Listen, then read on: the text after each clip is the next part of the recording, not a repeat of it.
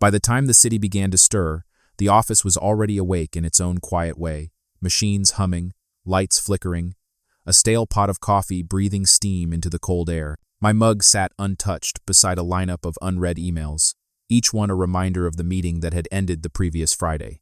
I could still hear the applause, the false warmth of it.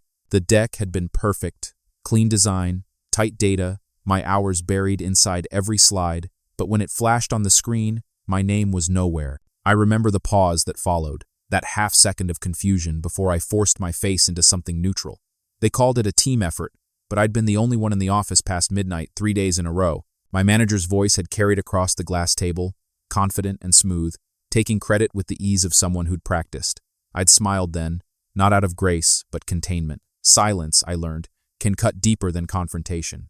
It's the space where people reveal who they really are, and who you're becoming in response. The meeting ended at 9:47 a.m. sharp. By 10, I was back at my desk, opening a new folder on my drive. Its name was simple: Phase 1. What they didn't know was what I was building in that silence. The following weeks moved with the rhythm of slow erosion. Nothing dramatic, just the small daily cuts that don't bleed right away. "You're great with details," my manager said once, the kind of compliment that sounds kind until you realize it's a ceiling. In meetings, he'd glance past me when strategy came up, then loop me back in when someone needed a spreadsheet fixed. I told myself not to take it personally, but the pattern was surgical. He wasn't trying to destroy me, just to keep me manageable. What unsettled me most wasn't his tone. It was how easily I started to believe him.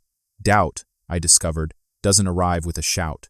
It whispers. It asks you to shrink just enough to fit the version someone else prefers. At night, I replayed conversations, measuring my silence like evidence. Should I have spoken? Should I have corrected him when he called my work supporting data? I began keeping notes, dates, phrases, little slips of language that revealed more than he intended. I didn't know it yet, but those records would matter. For now, they were just quiet proof that even in silence, I was still paying attention. By the third missed credit, I stopped waiting for fairness to find me. The sting was still there, but it had changed temperature, less burn, more clarity. One evening, parked outside the office garage with the dashboard light washing my hands in dull orange, I finally let the weight of it land. Then I opened my notebook. The same one I used for meeting notes became something else entirely, a ledger of truth. On the first blank page, I drew 3 lines and wrote what I knew. 1. What they see, competence without threat. 2. What they don't, the system that runs because I hold it together. 3. What I'll prove, that silence can build power faster than noise. It felt less like journaling and more like filing evidence. The act itself steadied me. In a world that rewards loud certainty, choosing precision is its own rebellion. I mapped a 6-month timeline right there, real dates, deliverables, and check-ins. No declarations, no vengeance, just structure. Pain had turned to data, and data could be built upon. I closed the notebook, smoothed the cover flat, and exhaled. The next morning, I would walk in exactly the same way, calm, invisible, but this time, I'd know the architecture beneath the silence. Progress didn't look dramatic. It looked like late nights lit by the pale blue of my laptop screen, quiet fingers scrolling through financial models, and a bookmarked playlist that looped at low volume just to prove I was still awake. While the office congratulated itself on surface-level wins, I began studying what sat beneath them. Project financing, procurement flows, the subtle ways budgets tell the real story of who holds power. Every click became a lesson, every note a breadcrumb leading somewhere they couldn't see. I learned to stay visible enough to avoid suspicion, but not enough to invite interference. During lunch breaks, I called a mentor from another firm, speaking in coded phrases so no one could trace the conversation. He reminded me that leverage isn't given, it's documented. So, I documented. Screenshots of email chains. Receipts for the online courses I paid for out of pocket. A copy of a non-disclosure agreement, signed quietly at 11:42 p.m., one Tuesday. Small artifacts, invisible to most, but proof that silence can accumulate like capital. If you've ever been written off quietly, start keeping your receipts, you'll need them. The folders on my desktop looked harmless, but they were forming a map. And maps, I'd learned, always lead somewhere. It happened on an ordinary Wednesday, the kind that starts with stale coffee and ends with a meeting invite you didn't expect. The subject line read, "Internal Audit Preliminary Findings." I wasn't part of the audit, not officially, but the tension in the hallway air felt different that morning, heavier. By noon, whispers had replaced small talk. Numbers weren't aligning in my manager's reports, and compliance had started pulling email threads, the same threads where my data had been altered. Chaos was loud. I stayed quiet. While others scrambled for explanations, I opened the project summary I'd been refining for 3 months. The timing was almost surgical. My proposal, documented, supported, cross-checked, answered the very gaps the audit had uncovered. When they asked for solutions, I submitted it through the internal portal. No fanfare, no CCs, just control, finally shifting. During the review call 2 days later, I kept my tone even. My manager's voice cracked once, mid-sentence, trying to explain inconsistencies.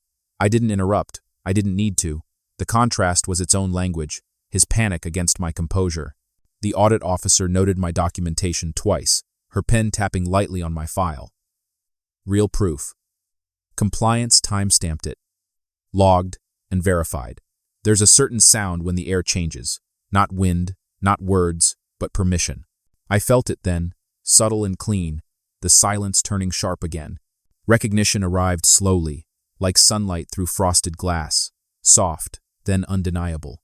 People started pausing when I entered a room, asking questions they'd once directed elsewhere. I answered succinctly, never over-explaining. The less I said, the more they seemed to listen. But visibility has its own weight. My manager, sensing the shift, invited me for coffee to clear the air. His tone was light, rehearsed, but his eyes kept searching for the version of me he used to manage. We sat across from each other in the cafe downstairs, surrounded by the clatter of mugs and half-heard conversations. He talked about teamwork, about how perception can get tricky. I let him talk. Silence, I realized, was no longer retreat. It was control. The contrast between his rising pitch and my stillness widened until it became uncomfortable, then telling. He wanted reassurance. I offered none. Instead, I stirred my tea slowly, the spoon chiming against porcelain like a metronome for his unraveling. Rumors were circulating, about the audit, about who had really led the project, but I never confirmed or denied a thing. People fill silence with whatever truth suits them, and that is useful. My restraint did the talking. When I returned to my desk, an unread email blinked from a senior executive, subject line, "Follow up on your proposal." The timing, again, was perfect. The proof didn't need words anymore. The quarterly leadership meeting began like every other. Fluorescent light, polished tables, the faint smell of burnt coffee seeping through the vents. My manager took his usual seat near the head, already in performance mode. I watched him arrange his notes, practiced a steady smile, voice ready. When my name appeared on the agenda, a flicker crossed his face. Surprise or discomfort, maybe both. I stood, calm as ever, and opened the presentation I'd built from those quiet months no one noticed. The first slide wasn't flashy. It was factual, project timeline, audit cross-references, measurable outcomes. I spoke slowly, letting data punctuate each sentence. The contrast was deliberate, his noise against my precision.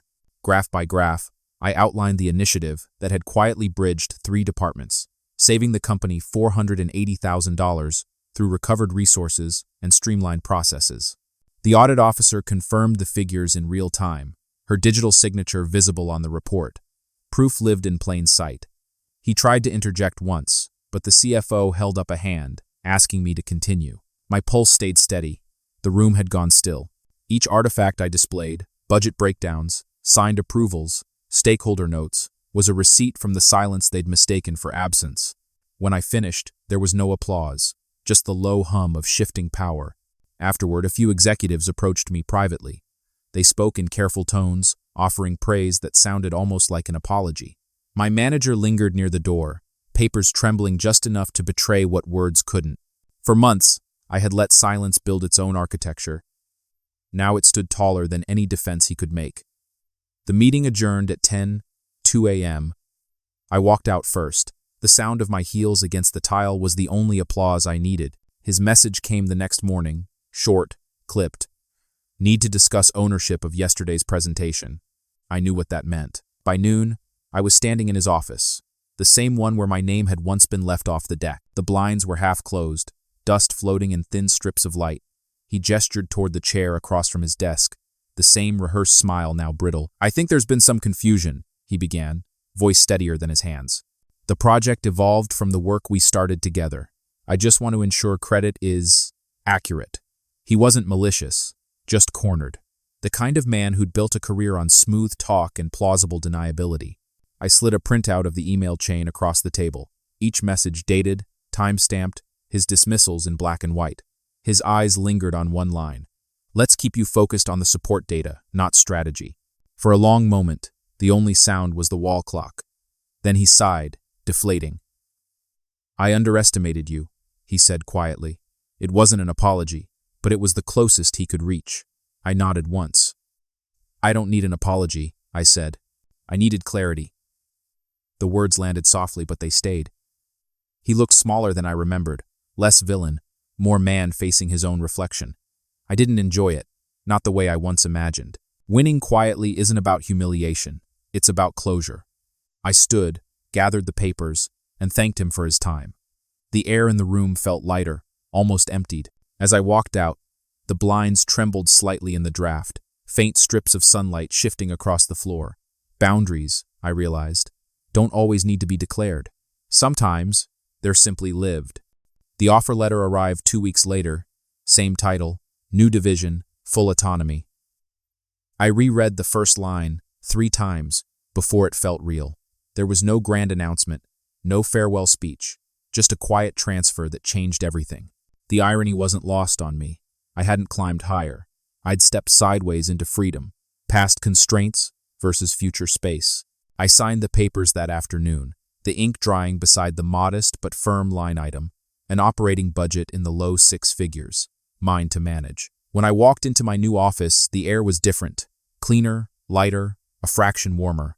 I opened the single window that overlooked the city, the hum below faint but constant. For the first time in months, I breathed without measuring the sound. I unpacked one box, mostly notebooks, and a small framed photo from my first year at the company. Not nostalgia, just proof of distance traveled. Messages trickled in, half congratulations, half curiosity. I replied to a few, ignoring the rest. My silence had already spoken enough. Now it was about space, not explanation. If you've ever outgrown a room that once silenced you, you know this feeling. The shift isn't loud. It's the sound of your own voice returning, steady and unforced. I looked around the room, sunlight cutting clean lines across the desk. This was mine now. Not because they gave it to me, but because I claimed it. And that makes all the difference. The building felt different now. Same corridors, same hum of printers, but the silence had changed from pressure to presence. I set my old notebook on the desk, its edges softened by use, and wrote one final line. Silence was never a weakness. It was a strategy. Revenge would have been loud, resolution required precision. Dignity, I'd learned, doesn't demand attention, it collects proof quietly until the evidence speaks for itself. My former manager's name still floated through company updates, but it no longer held power. The air near the window moved lightly, sunlight tracing clean lines across the floor, a quiet reminder that growth can happen without noise. I opened my inbox and drafted a message to a junior analyst who once whispered she felt invisible, offering mentorship with no fanfare, only intent. The circle was complete. I don't raise my voice anymore, I raise results. And in this stillness, that sound travels further than anything I could ever say aloud.